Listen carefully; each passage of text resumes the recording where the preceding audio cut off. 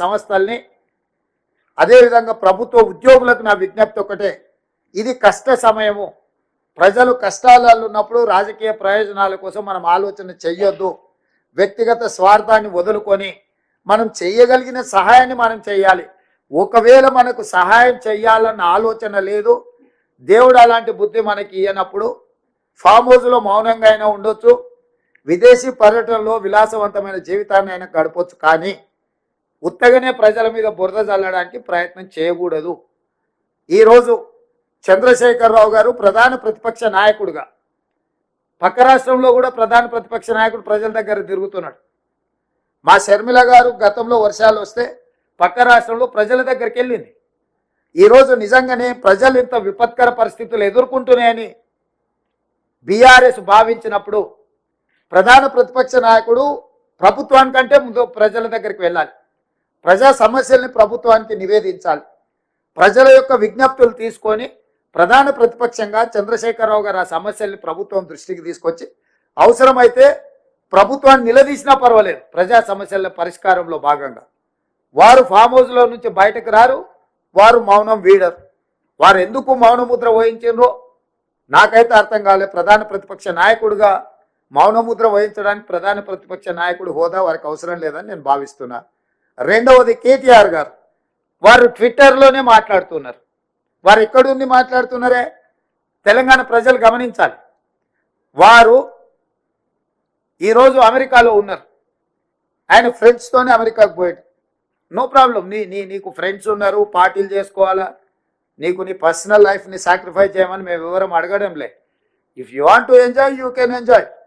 కానీ నువ్వు అమెరికాలో నువ్వు విదేశీ పర్యటనలో ఉండి నువ్వు లైఫ్ ఎంజాయ్ చేసుకుంటూ ఇక్కడ బురదలో ప్రజల దగ్గర ఉన్న మంత్రులు లేరు. ఖమ్మం జిల్లాలో అసలు ఎక్కడ పోయినరు, 3 మంత్రులు ఉన్నారని ప్రజలలో ఉన్న మంత్రులను పట్టుకొని నువ్వు ఈ దేశంలోనే లేవు. ఖమ్మం జిల్లాలో ప్రజల మధ్యలో ఉండి బట్టి విక్రమార్క గారు, తుమ్మల నాగేశ్వరరావు గారు, పొంగులేటి శ్రీనివాసరెడ్డి గారు 2 రోజుల నుంచి ఇక్కడ సమన్వయం చేసుకొని కష్టపడుతుంటే మంత్రులే లేరు. ఏ రకంగా మీరు కేటీఆర్ గారు మీరు ఏం మాట్లాడుతున్నారో మీకేమన్నా అంటే మీరు హోస్ట్లో ఉండి మాట్లాడుతున్నారా, హోస్ట్లో లేక మాట్లాడుతున్నారా, సమాచారం ఉండి మాట్లాడుతున్నారా, సమాచారం లేకుండా మాట్లాడుతున్నారా నాకైతే తెలియదు. కానీ మీకు తగదు. మీరు అమెరికాలో వండుకుంటూ మీ పర్సనల్ లైఫ్ని మీరు ఎంజాయ్ చేస్తూ ఇక్కడ ప్రజల కష్టాలండి వరదల వల్ల బురదలో కూరుకుపోయిన ప్రజలకు అండగా నిలబడ్డ మంత్రులను బద్నాం చేయాలన్న నీ ఆలోచన నీకు ఎలాంటి ప్రయోజనం చేకూర్చదు. కాబట్టి ఇట్లాంటి చిల్లర ప్రయత్నాలు ప్రతిపక్షం మానాలి. ప్రతిపక్షం బాధ్యతాయుతంగా వ్యవహరించాలి, ప్రభుత్వానికి సూచనలు ఇవ్వాలి, సలహాలు ఇవ్వాలి, కలిసి పనిచేయాలి. విపత్కర సందర్భంలో రాజకీయాలను పక్కన పెట్టి మనందరం కలిసికట్టుగా పనిచేస్తే ప్రజలకు కొంత ఉపయోగం అవుతుంది. ఈరోజు కేంద్ర ప్రభుత్వం దగ్గర మనం నిధులు రాబట్టుకోవాలి. నిధులు రాబట్టుకోవాలంటే పాలకపక్షం ప్రతిపక్షం అందరూ ప్రజాప్రతినిధులం కేంద్ర ప్రభుత్వానికి విజ్ఞప్తి చేయడమే కాకుండా అవసరమైతే ఒత్తిడి చేసి నిధులు తెచ్చుకుంటే అది తెలంగాణ రాష్ట్రానికి ఉపయోగపడుతుంది. మీరు ఈ విపత్తును జాతీయ విపత్తుగా ప్రకటించమని చెప్పరు. కేంద్ర ప్రభుత్వం నుంచి మనకి ఏం నిధులు కావాలని కేంద్ర ప్రభుత్వాన్ని అడగరు.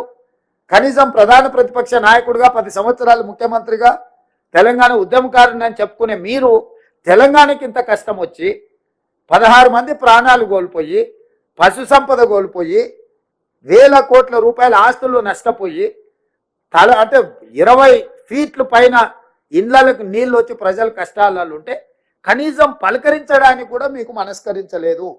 అయ్యో పాపం అని సానుభూతి కూడా మీరు చూపించలేదు. మీరు ఈ రకంగా మాట్లాడితే ఇది తెలంగాణ ప్రజలకు నష్టం చేకూరుస్తుంది తప్ప తెలంగాణ ప్రజలకు ప్రయోజనం ఉండదు. మా ప్రభుత్వం ప్రజల కష్టాలలో ఉన్నప్పుడు కష్టాలను తీర్చడానికి ప్రయత్నం చేస్తుంది తప్ప రాజకీయ ప్రయోజనం కోసం మేము ఆలోచన చేయము. ఈరోజు నా ప్రయత్నం అంతా ప్రజలకు అండగా నిలబడాలని. నిజంగా వాళ్ళకు వచ్చిన కష్టానికి ప్రభుత్వం ఎంత సహాయం చేసినా తక్కువనే అవుతుంది. ఇవాళ నేను చూసిన రాజీవ్ గృహకల్పలో పోయినా, ఇంతకుముందు బొక్కలగడ్డ ప్రాంతంలో చూసిన వాళ్ళు ఇల్లు సర్వం కోల్పోయారు. ఒకరొకరు 30 ఏళ్ళు 40 ఏళ్ళు కష్టపడి కొనుక్కున్న ఫ్రిడ్జ్లు, టీవీలు, మంచాలు, ఇంట్లో ఉండే బియ్యం, పప్పు, ఉప్పు, బెల్లం, చింతపండు, మంచి నూనె సర్వం నీళ్ళలో కలిసిపోయింది, సర్వం కొట్టుకుపోయింది. తొడుక్కునే బట్టలు, కట్టుకున్న బట్టలు కూడా నీళ్ళలో బురదలు ఊరుకుపోయారు, ఇళ్ళలో బురద నిండిపోయింది. ఈ సమస్యను ఎంత వివరించినా తక్కువనే అవుతుంది వాళ్ళు ఎదుర్కొంటున్న సమస్య. వాళ్ళని ఆదుకోవడానికి అర్జెంటుగా వాళ్ళకి కావాల్సిన తినుబండారాలు కావచ్చు, లేకపోతే క్యాంపులు కావచ్చు. దాదాపుగా 34 క్యాంపులు ఖమ్మం జిల్లాలోనే ప్రజల కోసము ఈరోజు ప్రభుత్వం నిర్వహిస్తుంది. 34 క్యాంపులలో దాదాపుగా 2119 కుటుంబాలు 7467 మందికి రాష్ట్ర ప్రభుత్వం అన్ని రకాల వసతులను ఏర్పాటు చేసి just in one Khammam district, Khammam head క్వార్టర్స్లో.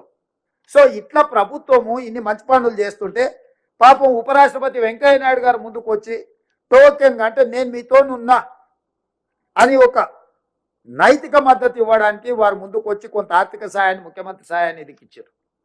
10 సంవత్సరాలు మినిమం 1,00,000 కోట్లు దోసుకున్న మీరు ఓ 1000 కోట్లు 2000 కోట్లు ఇస్తే మీరు చేసిన పాపాలలో కొంతమైన కడుక్కోవడానికి ఉంటుంది కదా. కేసీఆర్, కేటీఆర్, హరీష్ రావు గారికి అది చెయ్యరు. చిల్లి గవ్వ కూడా ప్రజలకు ఇయ్యరు. కానీ ప్రభుత్వం చేస్తున్న పనులను, ప్రభుత్వం చేస్తున్న మంచి పనిని అభినందించకపోయినా ఈ ప్రభుత్వం మీద ఈ బురద రాజకీయాలే చేయాలని ఆ కుటుంబం ప్రయత్నం చేస్తుంది.